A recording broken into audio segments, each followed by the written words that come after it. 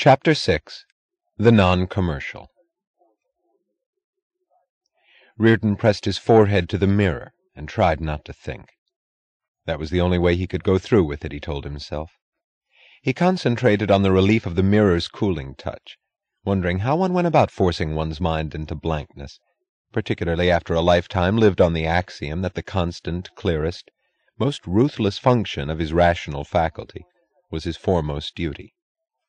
He wondered why no effort had ever seemed beyond his capacity, yet now he could not scrape up the strength to stick a few black pearl studs into his starched white shirt front.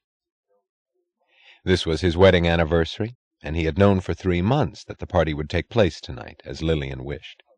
He had promised it to her, safe in the knowledge that the party was a long way off, and that he would attend to it when the time came, as he attended to every duty on his overloaded schedule.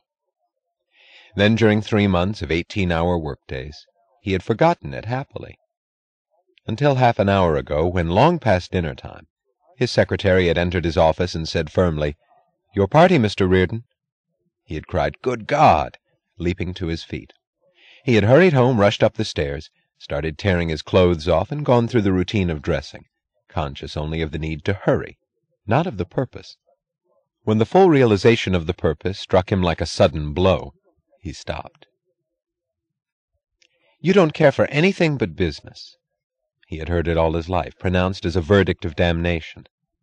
He had always known that business was regarded as some sort of secret, shameful cult, which one did not impose on innocent laymen, that people thought of it as an ugly necessity, to be performed but never mentioned, that to talk shop was an offense against higher sensibilities, that just as one washed machine grease off one's hands before coming home, so one was supposed to wash the stain of business off one's mind before entering a drawing-room.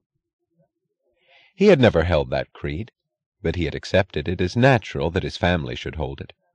He took it for granted, wordlessly, in the manner of a feeling absorbed in childhood, left unquestioned and unnamed, that he had dedicated himself, like the martyr of some dark religion, to the service of a faith which was his passionate love, but which made him an outcast among men, whose sympathy he was not to expect.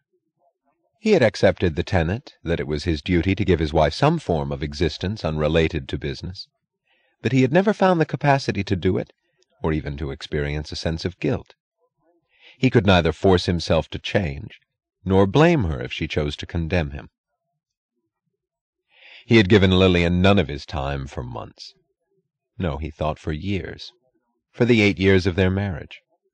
He had no interest to spare for her interests, not even enough to learn just what they were. She had a large circle of friends, and he had heard it said that their names represented the heart of the country's culture, but he had never had time to meet them, or even to acknowledge their fame by knowing what achievements had earned it. He knew only that he often saw their names on the magazine covers on newsstands. If Lillian resented his attitude, he thought, she was right. If her manner toward him was objectionable, he deserved it. If his family called him heartless, it was true. He had never spared himself in any issue. When a problem came up at the mills, his first concern was to discover what error he had made. He did not search for anyone's fault but his own. It was of himself that he demanded perfection. He would grant himself no mercy now. He took the blame. But at the mills, it prompted him to action, in an immediate impulse to correct the error. Now it had no effect. Just a few more minutes, he thought, standing against the mirror, his eyes closed. He could not stop the thing in his mind that went on throwing words at him. It was like trying to plug a broken hydrant with his bare hands. Stinging jets, part words, part pictures, kept shooting at his brain. Hours of it, he thought. Hours to spend watching the eyes of the guests, getting heavy with boredom if they were sober, or glazing into an imbecile stare if they weren't, and pretend that he noticed neither, and strain to think of something to say to them when he had nothing to say, while he needed hours of inquiry to find a successor for the superintendent of his rolling mills who had resigned suddenly without explanation. He had to do it at once. Men of that sort were so hard to find. And if anything happened to break the flow of the rolling mills, it was the taggart rail that was being rolled. He remembered the silent reproach, the look of accusation, long bearing patience and scorn, which he always saw in the eyes of his family when they caught some evidence of his passion for his business, and the futility of his silence, of his hope that they would not think Reardon Steele meant as much to him as it did, like a drunkard pretending indifference to liquor, among people who watch him with the scornful amusement of their full knowledge of his shameful weakness. "I heard you last night coming home at 2 in the morning. Where were you?" his mother saying to him at the dinner table, and Lillian answering, "Why, at the mills, of course," as another wife would say, "at the corner saloon." Or Lillian asking him, the hint of a wise half-smile on her face, "What were you doing in New York yesterday?" "It was a banquet with the boys." "Business?" "Yes." "Of course." And Lillian turning away, nothing more, except the shameful realization that he had almost hoped she would think he had attended some sort of obscene stag party. An ore carrier had gone down in a storm on Lake Michigan with thousands of tons of Reardon ore. Those boats were falling apart. If he didn't take it upon himself to help them obtain the replacements they needed, the owners of the line would go bankrupt, and there was no other line left in operation on Lake Michigan.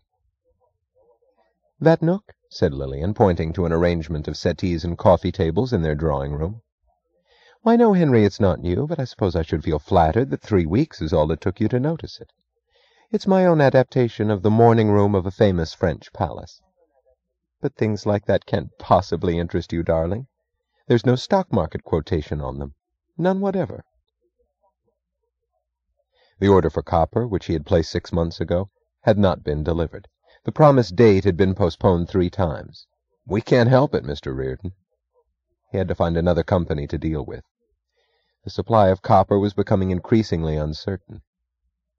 Philip did not smile when he looked up in the midst of a speech he was making to some friend of their mother's about some organization he had joined. But there was something that suggested a smile of superiority in the loose muscles of his face when he said, "No, you wouldn't care for this. It's not business, Henry. Not business at all. It's a strictly non-commercial endeavor." That contractor in Detroit, with the job of rebuilding a large factory, was considering structural shapes of Reardon metal. He should fly to Detroit and speak to him in person.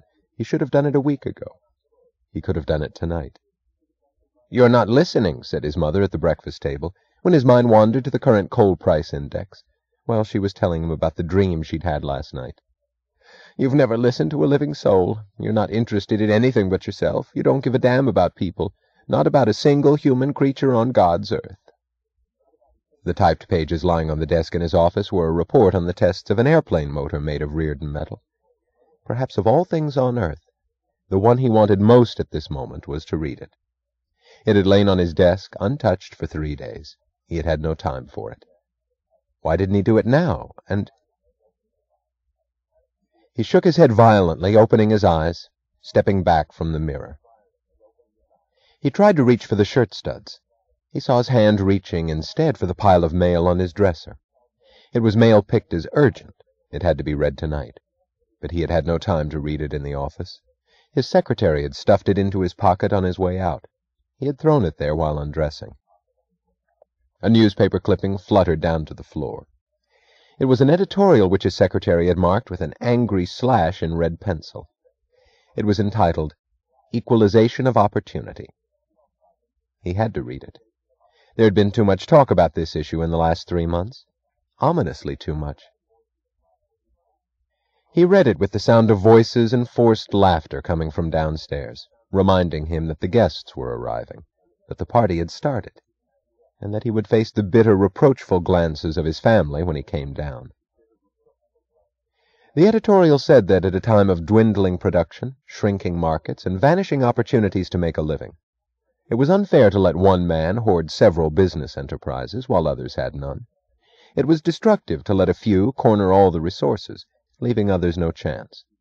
Competition was essential to society, and it was society's duty to see that no competitor ever rose beyond the range of anybody who wanted to compete with him.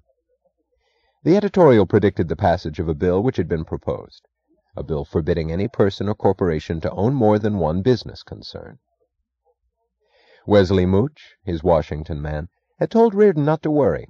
The fight would be stiff, he had said, but the bill would be defeated. Reardon understood nothing about that kind of fight. He left it to Mooch and his staff.